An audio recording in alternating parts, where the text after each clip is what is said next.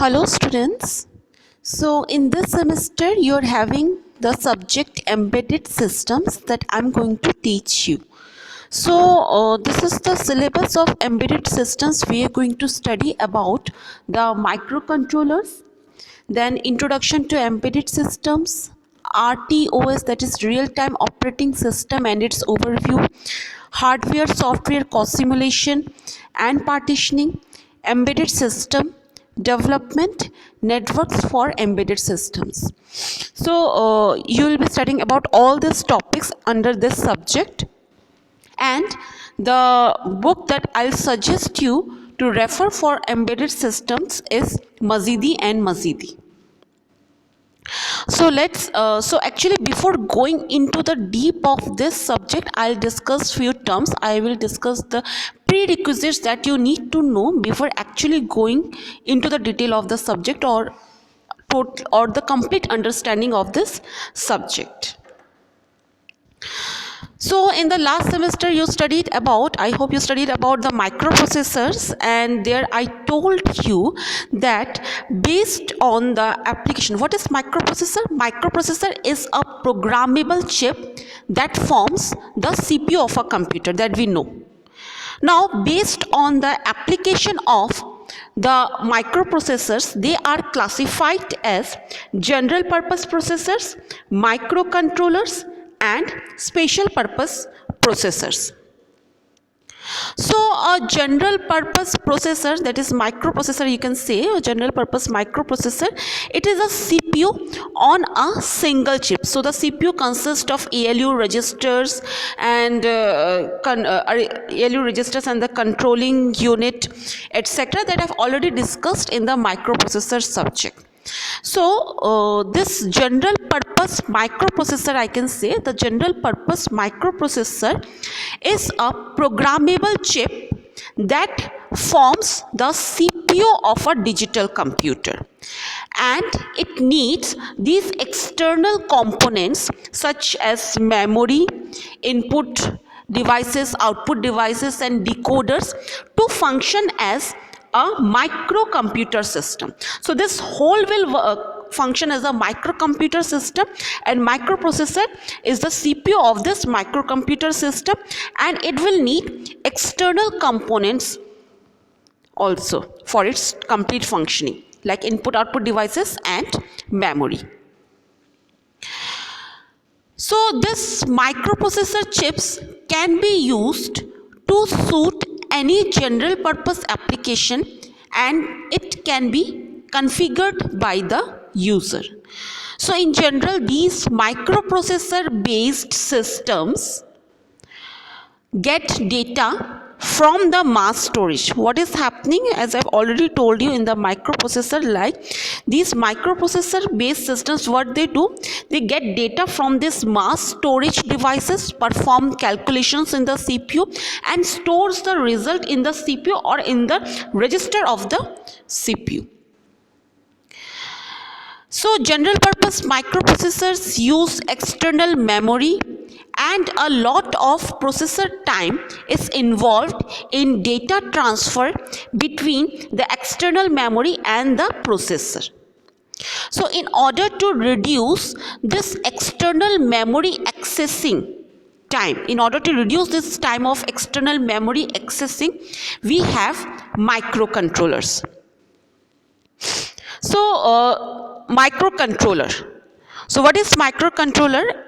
Microcontroller is made up of two words. You can see that is micro and controller.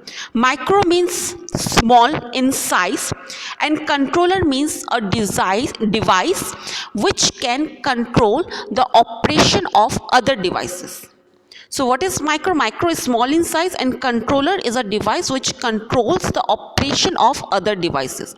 So any device which is very small in size and controls the operation of other devices is the microcontroller. So this is the general definition. This is generally, I have told what these words mean in the microcontroller. Now basically microcontroller, what are they? They are processor chips. They are those processor chips that generally have memory, input output ports, and other devices within the CPU itself within the chip itself along with the CPU. So microcontrollers have memory, input output devices, and other requirements within the chip itself along with the CPU. Unlike the microprocessor, in microprocessor is only CPU and it needs external devices like memory, input output devices, etc. Whereas in microcontroller everything is inside the chip only. So these microcontrollers are chips that generally have memory, input output ports within the chip itself. Therefore they can also be called single chip computers, as they have all the requirements inside the chip forming the microcomputer. So they are called single chip microcomputers. Or you can say, when a microcomputer is built on a single semiconductor chip, when a microcomputer is built on a single semiconductor chip, it is called a single chip microcomputer, or you can say microcontroller. So they, as I've told you, that they can also be called single chip computers, computer on a chip, then system on a chip, etc. So microcontrollers are used in machine control applications where there is no need to change the program. So these single chip microcontrollers, they are, so this microcontroller, as I've told you, it has CPU, that is microprocessor, internal RAM, ROM, serial ports, all inside the single chip. So it is incorporating all the features of microprocessors. Microcontrollers is incorporating all the features of microprocessors. Now this single chip microcontrollers, they are dedicated devices. They are dedicated devices which are embedded in the system which they control. So these microcontrollers are dedicated devices embedded within a system which these microcontrollers are actually controlling, and therefore they are also called embedded controllers. For example, in a microwave oven there is a microcontroller. So this microcontroller, what is the function of microcontroller? So it is for controlling the temperature of the microwave. So what I'm trying to tell you is that what is the general function of microcontroller? Microcontrollers are very dedicated devices and they are for controlling some specific task only. Like in case of microwave oven, they are used for controlling the temperature only.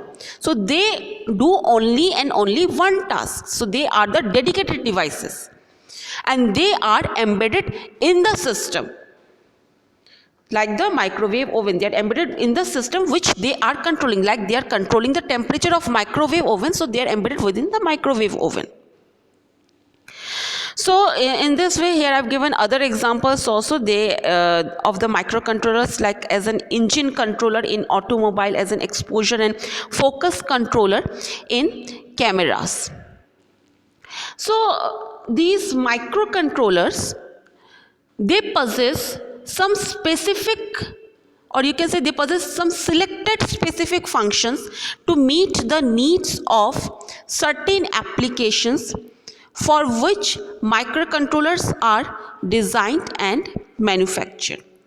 So what I'm trying to tell you that in these automobiles we have microcontrollers, for microwave ovens we have microcontrollers. In both the automobile or in the microwave oven you can see the microcontrollers, but they are performing different operations.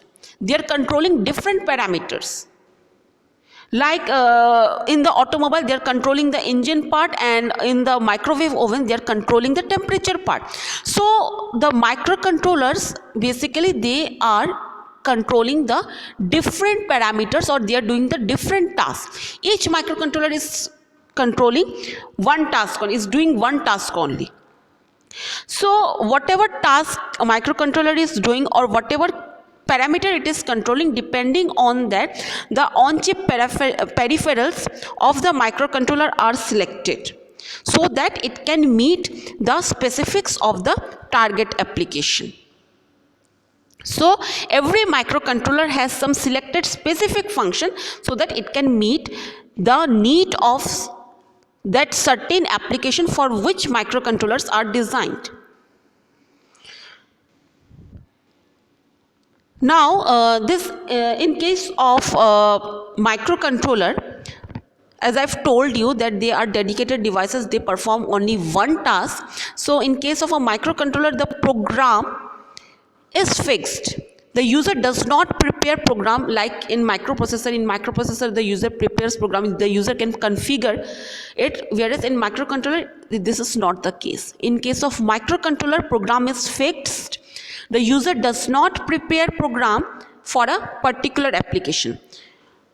So a program for a microcontroller is developed in a laboratory and tested, and then it is stored in the ROM, EEPROM, etc. of the microcontroller. So here I've given the other applications of microcontrollers, like they can be used in washing machines, they can be used in VCD player, they can be used in microwave oven, etc. And again, since they are dedicated devices, the microcontroller of washing machine cannot be used for in place of the microcontroller for microwave oven. Means you cannot use the microcontroller which is used in microwave oven, you cannot use that microcontroller in washing machine, because the microcontroller for microwave ovens has been designed in such a way so that it can control the temperature of microwave oven only. It is a dedicated device. You cannot just mingle, or you cannot just interchange those microcontrollers between two different applications. Now this was about the introduction of microcontroller. Now in the next lecture I'll be telling why in the embedded system we will be studying the microcontroller. Here I've only told that what are microcontrollers, how it is different from microprocessors, and what is the advantage of microcontroller over microprocessor, like it reduces the accessing time, memory accessing time. This microcontrollers reduces the memory accessing time over microprocessors. In the next lecture I'll be telling you why we are studying, or why we're going to study microcontrollers in this embedded system subject. I'm ending this class here. Thank you.